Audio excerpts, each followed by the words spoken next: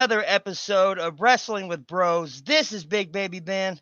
Judas Black. Tonight we got a special guest back with us, none other than the human highlight, Isaiah Moore. Understand, man, let's get it. I understand that you recently won a new championship. Why don't you tell us a little bit about that and a little bit about your future coming up into the new year? Yeah, I just recently won the PWK Kingdom Championship for the second time. Cashed in on old Scotty Young on his way out the door. And coming up, I got some big things. I'm going into a ladder match on the 30th at AAW Pro at the Windy City Classic for a #1 contendership for the Heritage title. So gold staying on the mind. That's awesome. Wow. Yes, keep that goal flying. Keep that goal flying. That sounds awesome, man. Right. So we kind of wanted to have you join us for one of our what we call a creative episode tonight. You down for that? Yeah, let's do it. All right, Big Baby. Why don't you go ahead and let it off and let us know what we're doing tonight? So we're starting at 5 and making our way to 1 on everyone's opinion on here on the show. Top 5 World Heavyweight Champions Of all time. of all time. Top 5. In your opinion. Are we talking like big gold belt? Like Big gold belt. Yep. World Heavyweight Championship type styles. It could be women, men, whatever, what they consider a main title belt. So this is not just men, or it was like all together. It's all together. Yep. Okay. So we'll Ben will tell us his number 5. We'll talk about it a little bit. Then I'll tell you my 5. Then you do your 5, and then we just count down 4, 3, 2, 1. Let's do it. All right, Big Baby, go ahead. At number 5 for me, for the World Heavyweight Championship, it has got to be Randy Orton with his Evolution turn. And him and Triple H's rivalry just really took that belt to a new level. Okay. Yeah, I mean, I'd have to agree. I mean, Randy Orton, he's a whole nother character, whether he's a legend killer, the Viper, the Apex Predator. I mean, honestly, I'd have to say his run as a legend killer, where he was taking out legends and stuff. I mean, I would have to say that's probably one of my favorite gimmicks. But either way, when you see an RKO on the TV, you definitely sit back and watch. So, yeah, definitely. What about you thinking? What are you thinking there, Isaiah Moore? I'm gonna go with Batista. Number 5. The first run with it with the Triple H and his story, that was just off the charts. I love the break from Evolution there, and then they rolled into his run on SmackDown, and just him and Undertaker is like one of my favorite feuds of all time. Just how they were able to keep that going and the many matches that they had, and I think Batista was the dude back then. Yeah, no, I mean, definitely Dave Batista, very strong wrestler. It would have been great if he could have been with the WWE for a little while longer as far as a stringed out career, but unfortunately with him and WWE, so they didn't agree on some stuff, so kind of faded out on that. But yeah, he's definitely a monster, that's for sure. My number 5, I'm going to the women's division on this. Rhea Ripley. Ever since they've given the women a chance to actually shine like the men, because back in the day they were considered like sex icons and stuff like that. They just didn't really believe in the women like they did the men, But for me personally, the women have just as much oomph in the tank as the men do. They can shine. They can put on a hell of a show, and Rhea Ripley has definitely done that, being the first women's world heavyweight champion. And she's really taken control when it comes to the Judgment Day group, as well as when it comes to defending her title in the women's division. So I'm going to have to go with Mommy Rhea Ripley for sure. Yeah. Ooh. I could agree with that. Yep. Coming in at number 4 for me is one of my favorites of all time, Brock Lesnar. He was a dominant force, and it was, it was hard to get the belt off of him. Taker had problems. Everybody had problems. I've always been a Brock Lesnar fan, so I'm going to put him at number 4. All right. I think I'm going to go number 4. I'm going to go with Trish. Oh. There you go. They talk about, how many times the women's I guess has been evolving over the course of the last 20 plus years or whatever. But to me, Trish is really what kickstarted that. Obviously, her and Lita, but I don't know. I feel like Trish was really like the eye of that first run with the women, and she held the title 6 times, first woman to ever do that record for however long. And even when she came back, her matches against Charlotte and the run against Becky, I thought it was awesome. So definitely deserves to be on. Yeah, I mean, Trish Stratus, whether it was during the Attitude Era, whether it was during the eras leading up to that, or her most recent run, like her feud with Mickie James, that was phenomenal. I mean, Mickie James really played off the crazy really well. Trish Stratus played off the I'm being stalked really well. Even the women back in the day, it doesn't matter if it's the women now, if it's the women back in the day, whatever they were considered to be like, or whether they were considered, whether they were divas or women performers, the women's division just has it. And, I'm going to kind of steer out of the WWE on my next one. We actually met her at a recent show. She's from TNA, Su Yung. Oh my God. Absolute monster when it comes to beating down the women. The Undead Bride, the gimmick is just, it's crazy. We know that she held the TNA Knockout Championship a couple times. Mm-hmm. She's currently not in there. The way I understand, she was didn't re-sign with TNA. She did a match at the most recent HAW show for Honor Among Wrestling out of Bettendorf, Iowa. And that's the one we've seen her at. She's supposed to be there, I guess, in, as far as I understand, February and April. She's the current reignest champion for Honor Among Wrestling. So her performance at that show, it just wowed me because, I mean, I'd seen a few of her matches prior, on TV and whatnot, but I hadn't really did a full dig on her until I seen her at the most recent HAW show. Yeah. And, man, she just really knows how to get into character. So, baby, what do you think of Su Yung? I was starstruck. I watched Su Yung and TNA with those 2-time runs, and she is a beast in the ring. She does her job outside the ring all around, in my opinion, a really, really, really great wrestler. And have you met her yet yourself there, Isaiah? I have not, unfortunately. Hopefully in the future, though, right? Yeah, she's known as the Undead Bride. The gimmick is just amazing. Oh, I'm well aware of who she is. She's phenomenal, man. It'd be an honor to meet her. Absolutely. All right. Big baby, number 3. Number 3 for me, we're going to AEW for a minute. MGF, his world title run, the way he sells his promos to the crowd, the way he is able to bring everybody in, and you can feel the tension every time he's out there. And the man is magnificent on the microphone. I got to give it to him. So at number 3 for me, it's going to be MGF. Yeah, MJF to me personally, I don't know. I seen that little bit of stint. I haven't really paid too much attention to him because I'm just not a fan. But that little stint he did with CM Punk, it's kind of a toss between them because I really not a huge fan of either one of them just because of how they are in wrestling. But as far as, that little stint with CM Punk shut him up, so that made me happy. What do you think of MJF there, Isaiah? I'm a fan of the guy. I think he kind of gives that old school aspect into wrestling again, that old school heel. You know what I mean? He's real about it. He sticks to it on or off camera. I love guys that bring in emotion because, that's what wrestling's all about, is everybody getting drawn in. And he's one of those guys, whether like you like him or you hate him, you're watching the TV because of you want to hear what he's got to say.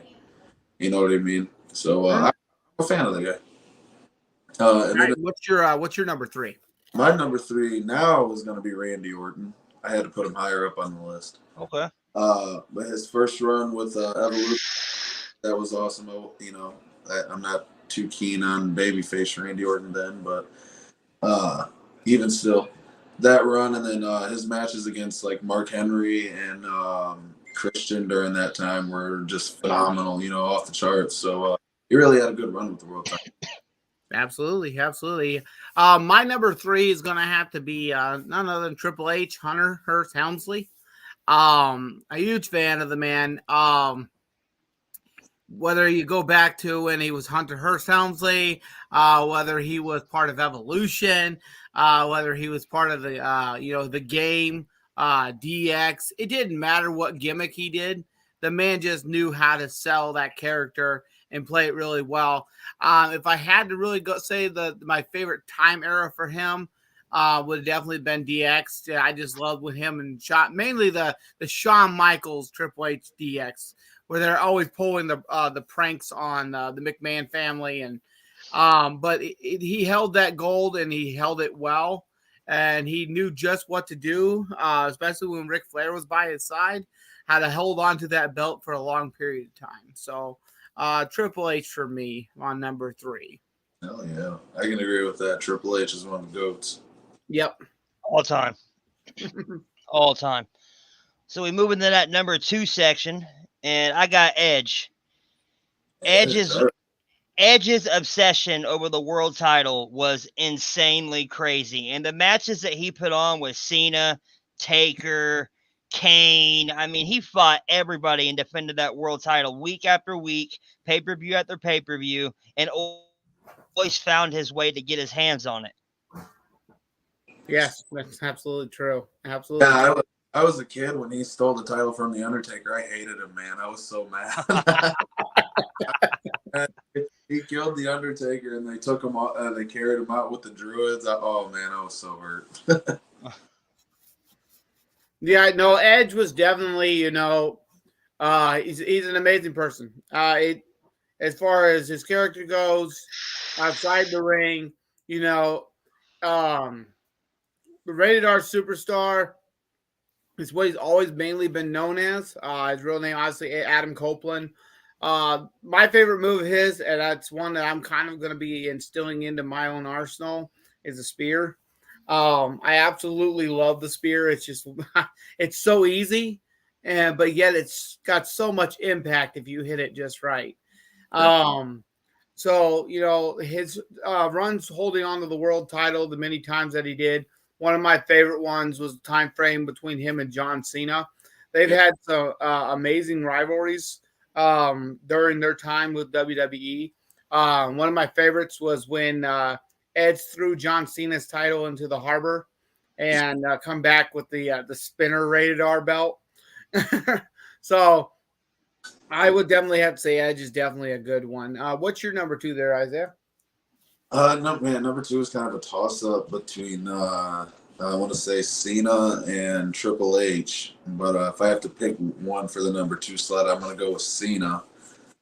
Just because of the longevity that he's had, the amount, I'm holding the title that many times for one, tied with Ric Flair, but just the impact that he had, the matches that he put on, whether when he won the world title against Edge and both up, and being able to even pick him up like that was off the charts. So Cena's definitely got to be up.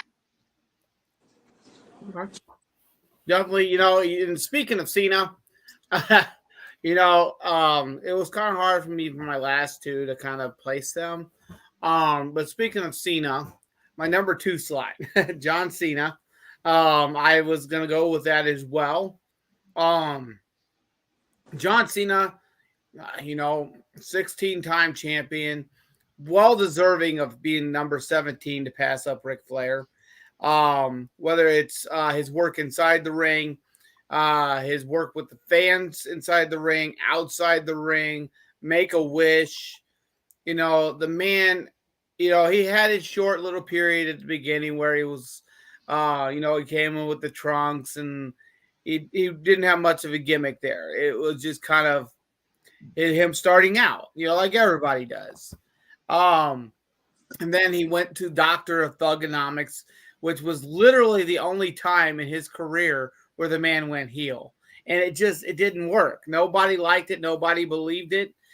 And so, he became the John Cena we know now, where he was wearing the jorts and the high tops and for a little while he wore the different jerseys from each hometown, and then he kind of switched over to the t-shirts.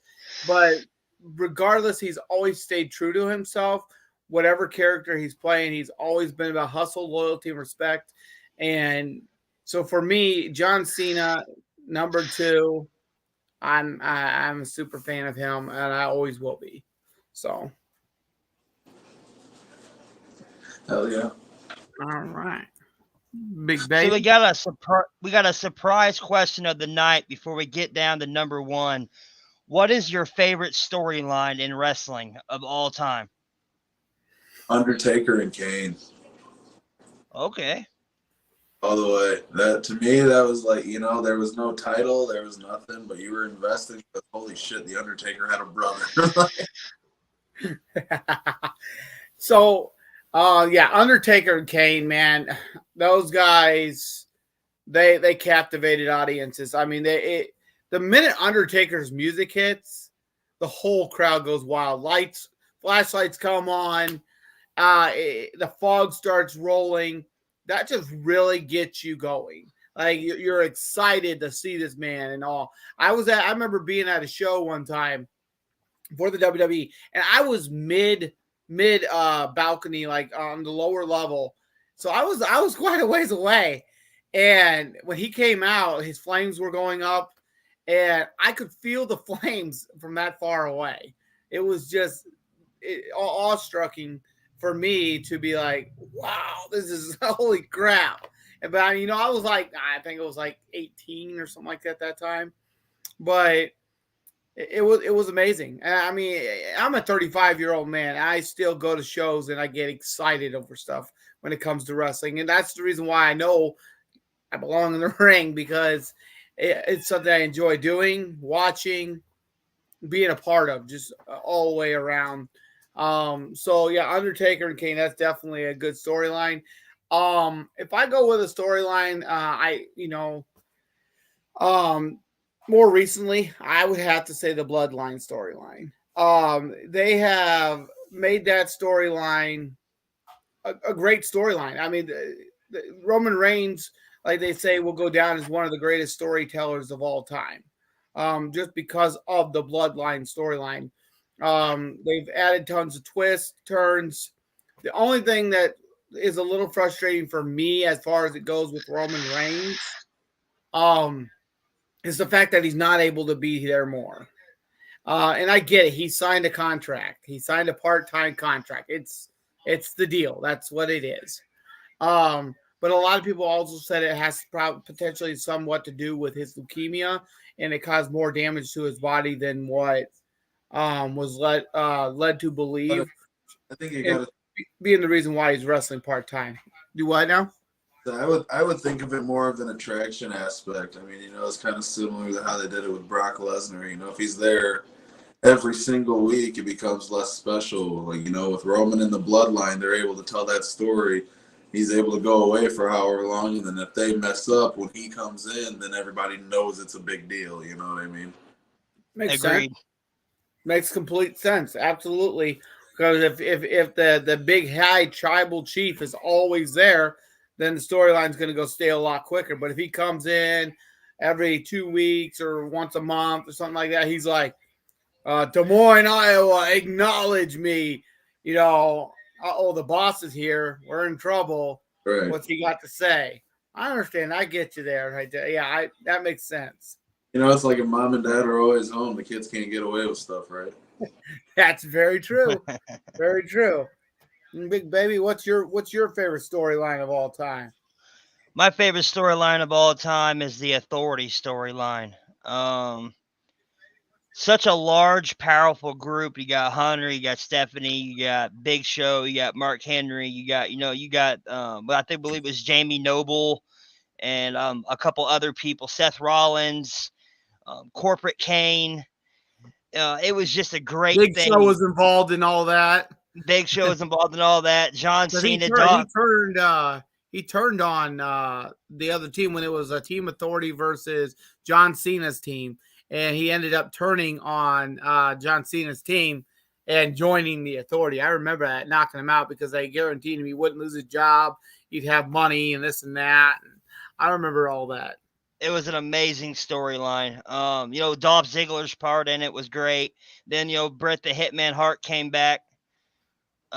Edge was, team. It was just a super team versus a super team, and it was all stakes on the line, and we don't get that very often. So that was my favorite storyline. Oh yeah, that's where I really became a fan of Dolph Ziggler. Yep. All right. Number one, big baby. Number one for me is, of course, the Queen. Woo! Charlotte herself, 14-time women's champion. Gets it done in the ring, gets it done out the ring. Very talented, very, a hard workforce, respected in the back. She's an all-around amazing superstar, and I cannot wait to see her take down Rhea Ripley for that world title eventually. Yeah, she's currently they said she's going to be out for like 9 months because of I think it was a leg injury or something, knee injury or something. She's got some type of tears in her knees. She has like multiple tears in her knee. Yeah, so she's going to be out for a hot second. But I mean, I'm not Ben knows I'm not a major fan of Charlotte Flair. I feel like they gave her too many title pushes all at once. And it kind of goes back to that too much of a good thing can sometimes be a bad thing. I don't hate Charlotte Flair. I think that, and I don't take away from her accolades. I mean, she has been an amazing superstar, and she has definitely provided a ton of entertainment for the fans and given the fans exactly what they want, and definitely shown that she really is a Flair. Just like her daddy. But I definitely, yeah, I mean, that's cool, big baby, but nah. Woo! Look, I'm a fan of Charlotte. I love Charlotte. I think she's great. My number one is actually going to be Ric Flair. Yes. Yeah, gotta go with the GOAT, right? No, I mean, like seriously, what other person would really be number one in that slot than the guy that really made nobody? You know what I'm saying? He made that title. The fuse that he had with Dusty alone, this just speaks for itself. The dude, best world champion of all time, and dirtiest player in the game, the best player in the game. Definitely knew how to capture a title and get exactly what he wanted. I mean, that's for sure. Don't forget his microphone skills are crazy. Like, and how many people have like mimicked that? I mean, you watch The Rock, you find some Ric Flair in there. Yep. Absolutely. And so we come down to my number one, Roman Reigns. Got to give it to my guy Roman Reigns. Regardless of whether he's here all the time. He was here for a while. I mean, when he first got that title and stuff, he was here for a while, and now they kind of stretched it out. And they got to do it because they got a time frame of what they have set for him to hold on to that title. So for 3 years, another 3 years. But I don't take it away from the man when he's in that ring, when he is performing, when he's on the mic. He knows how to do it. When he went away because of his leukemia, prior to him going away because of his leukemia and stuff like that, he wasn't very good. John Cena even said, it's a promo, kid. If you can't do it, you shouldn't be in the ring. Roman went away. He was dealing with his sickness. He got over that. Got back into the gym, come back, wreck everyone, leave, stack them. He came back with this whole different attitude, whole different persona, which eventually led into the tribal chief. And when he had Paul Heyman, and we know Paul Heyman, the man, he turns any man into a superstar. Paul Heyman is one of the best managers in the business in the past, future, today. And he didn't fail with us just like he did with the rest of them. He didn't fail with us with Roman Reigns and playing, the wise man and being there to give Roman that advice, made Roman Reigns one of the best world heavyweight champions today. So I'm going to have to go with Roman Reigns. I can definitely agree with that. Roman deserves to be up there. He carried through that whole COVID, era too. That's where like everybody was. We were all down about it and stuff, but he made that entertaining. He still made wrestling watchable. So yeah, I definitely have to agree with that. Well, and then talking about a man, when you say a man that carried through the COVID era, that really I feel like got screwed was Drew McIntyre. Like the man carried the WWE title through the COVID era, and then as soon as we hit bringing fans back into the building, we take the title away from him.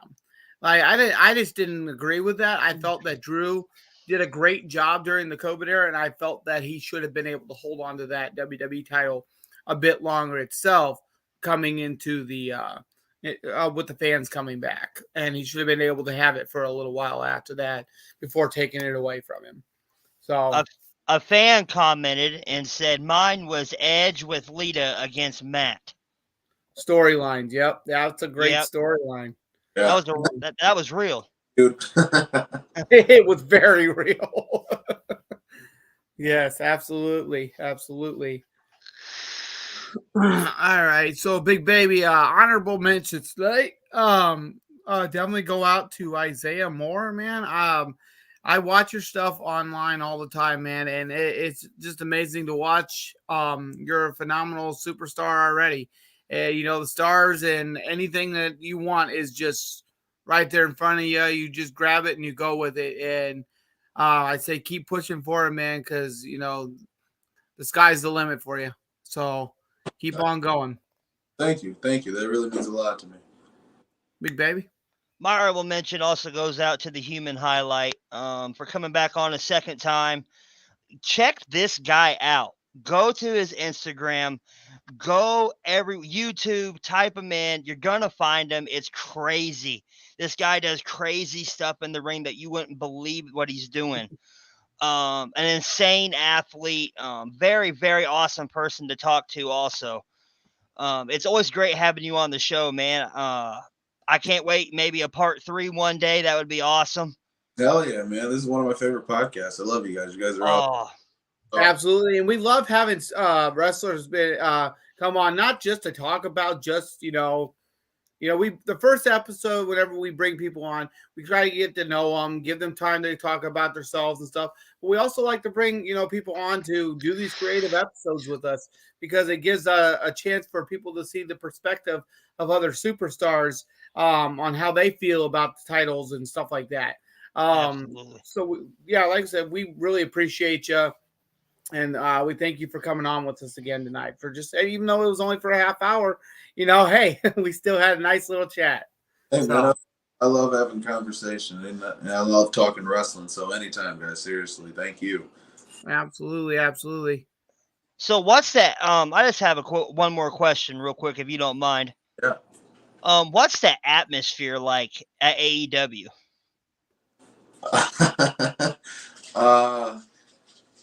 I don't really know how to describe it. It's its own thing. You know what I mean? Like it's just to me, it was like being in a big bubble. You get used to like indie shows. The crowd tends to be 10 feet away. Guardrails outside, whatever. But being in like a stadium and stuff like that, an atmosphere like that, with the amount of talent alone. You just really can't describe that. It's like being a kid in a candy shop. That's awesome. As long as that bubble doesn't smother you or squish you, you're good to go, right? Hell yeah. Well, we're gonna move into the part of the show where we say our goodbyes. It's been an amazing one. This is Big Baby Ben. Judas Black, Isaiah Moore. We appreciate you, man. Hey, why don't you say goodbye to the fans as well? thanks for having me on, guys. It's great hanging out with you. Thanks for asking questions. Like and follow me on all social medias, and let's look forward to a good 2024. Merry Christmas and Happy New Year.